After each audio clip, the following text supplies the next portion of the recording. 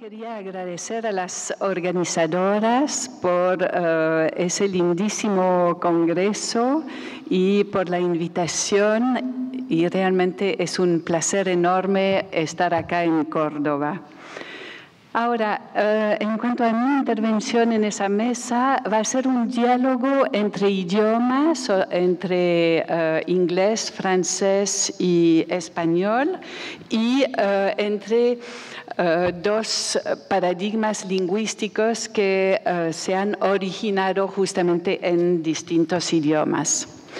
Acá quería empezar por esa cita que justamente Christian Mathewson, de hecho, citó 2 veces en su plenaria, una cita muy importante para la sistémica.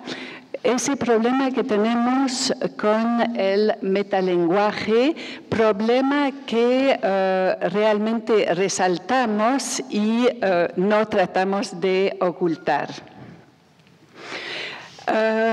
Ahora, cuando estamos hablando de diálogos, por ejemplo, entre idiomas, hubo una traducción, como bien sabemos todos, muy importante, hecha en 1982, de la obra de Halliday, El lenguaje como semiótica social. Y esa traducción muy importante, ahí el traductor utilizó exactamente la misma palabra para el concepto de mode y para el concepto de modo, de mood.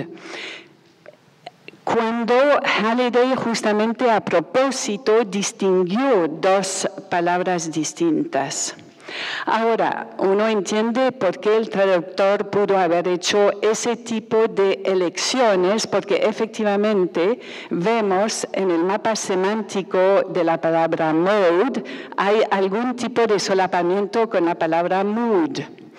También en el mapa semántico de la palabra mood hay algún solapamiento con la palabra mode, pero eso ha arrastrado lecturas muy difíciles en español, el hecho de que sea una misma palabra para 2 conceptos totalmente diferentes, y vemos la importancia de ese tipo de dificultad que tenemos, porque mañana, por ejemplo, va a haber una reunión específicamente sobre un glosario trilingüe de la sistémico-funcional. Entonces, ese tipo de diálogos que se instauran entre idiomas justamente tienen que ser revistos con mucho cuidado. Ahora, a partir de ahora nos vamos a centrar en la parte central que Halliday, justamente donde Halliday considera los interlocutores en el texto. Todo eso empezó con Malinowski, por ejemplo, con su función fática, el círculo de Barthes tomó eso muy en consideración, la etnografía de la comunicación en algún sentido, pero nosotros nos vamos a centrar en diálogos que se pueden hacer entre la teoría de la enunciación, una teoría anclada en el idioma francés, y la lingüística sistémico-funcional, una teoría anclada en el idioma inglés. Pero antes de eso, muy brevemente, veamos lo que dice Barthes, por ejemplo, del curso general de Saussure. Él dice que justamente ese diagrama que se encuentra en el curso general de Saussure no corresponde al participante real de la comunicación discursiva. Entonces, ya después de Saussure y a partir del círculo de Barthes se vieron representaciones muy distintas de ese intercambio entre interlocutores. Desde el texto, entonces, si vemos esa beta de significados, Halliday ya desde fines de los 60 estaba hablando de la metafunción interpersonal. Y Benveniste, ya desde fines de los 50, él estaba hablando de comunicación intersubjetiva. Ahora, ambos lingüistas daban mucha importancia justamente al estrato léxico-gramatical y vemos que lo que Halliday decía, de que esa veta de significados uno puede ver de manera álgida lo que está pasando con la metafunción interpersonal si uno pone el dedo en el modo, o sea, el concepto de modo verbal, mood, pero ampliado a sujeto gramatical, desinencia verbal y adjuntos modales si los hay. Benveniste, por su lado, ya desde los años 50, dice cosas como los pronombres personales son el primer punto de apoyo para salir a la luz de la subjetividad del lenguaje. Después dice, fácil es ver que el dominio de la subjetividad se agranda más al anexarse la expresión de la temporalidad. Y sigue diciendo, cualquiera que sea el tipo de lengua, por doquier se aprecia cierta organización lingüística de la noción de tiempo. Poco importa que esta noción se marque en la flexión de un verbo o mediante palabras de otras clases, partículas, adverbios, variaciones léxicas, etc., es cosa de estructura formal, pero lo que a él le interesa es justamente la función semántica de esos elementos que justamente recoge la terminología sistémica de adjuntos modales. Lo vemos también mucho en nuestra vida cotidiana, lo vemos con genios caricaturistas. Por ejemplo, en ese ejemplo de Quino, empieza, amor de mi vida, lo nuestro fue muy hermoso. Después hay una serie de cambios justo siempre en ese bloque modo, del modo. Y pasa a que nunca me entendiste, tú nunca me entendiste, y termina con adiós gusano. O sea, es exactamente, ha puesto el dedo en esa estructura modo-temple. Ahora, desde el contexto, ¿qué tipo de diálogo podemos ver? Halliday ya desde principios de los 70, fines de los 60, habló de la variable tenor, del contexto de situación, y vimos en esos años gente más de corrientes cognitivas, generativas, etcétera, que veían la necesidad de añadir una capa para entender lo que está pasando, y fue el nacimiento de la pragmática.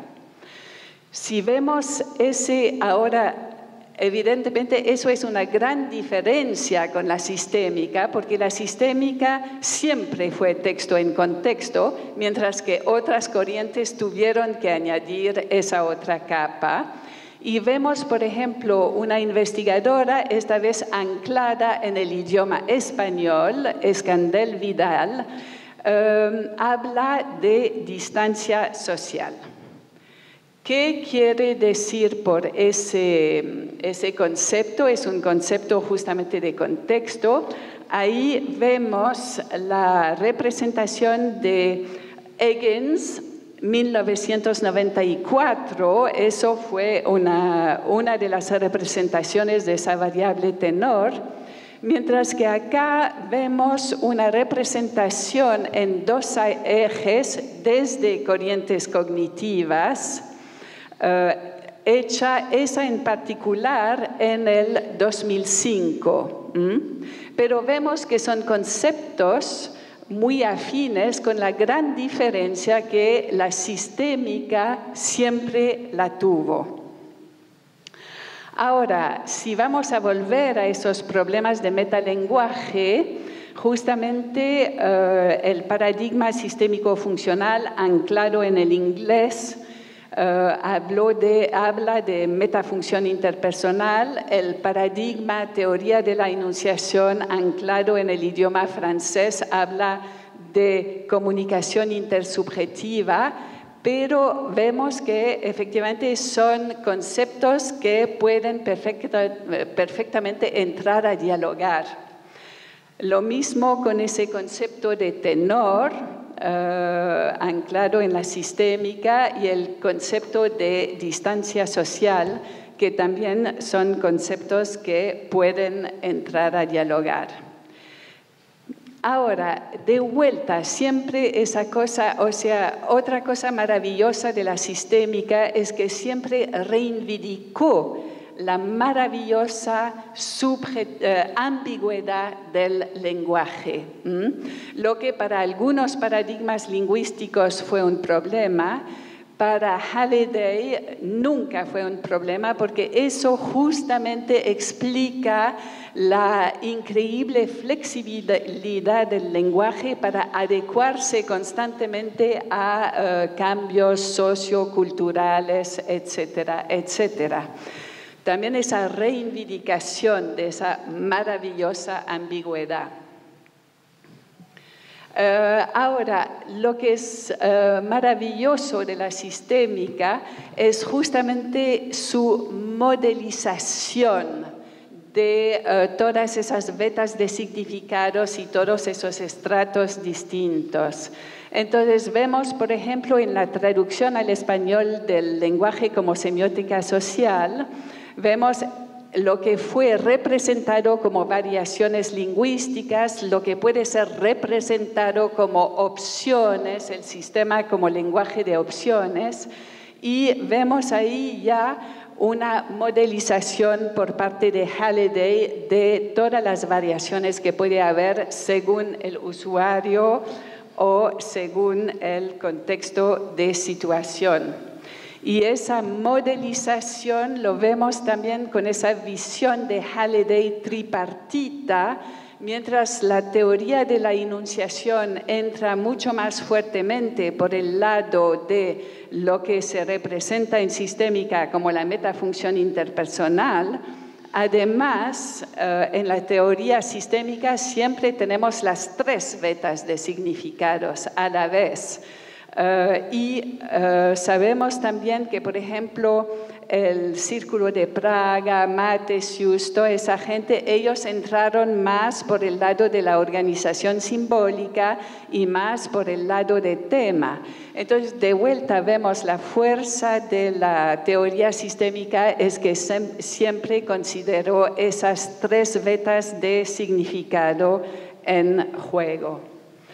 Vemos también esa maravillosa modelización de la teoría que nos da tantas herramientas de análisis. Acá tenemos las tres tapas de tres ediciones distintas de la gramática funcional. La primera enfocada en esa visión tripartita de las tres metafunciones.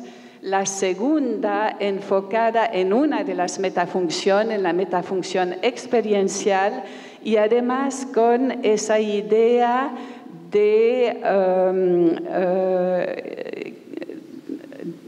tres colores primarios que después van jugando y juntándose en otros colores. Entonces, esa también cuestión de rango tan típico de la sistémica funcional. Y en la última etapa vemos una modelización de aspectos que fueron ampliados por Matthiasson, por ejemplo. Y para terminar, justamente ahí tenemos una modelización, también esas modelizaciones muy fructíferas que tenemos en sistémico funcional. Eso es de una página de Sue Hood que retoma modelos propuestos, por ejemplo, por Martin y White, y ahí vemos toda la complejidad de esa visión tripartita, modular, dialéctica, que nos ofrece a nivel de metodología de análisis la sistémica funcional. Muchas gracias.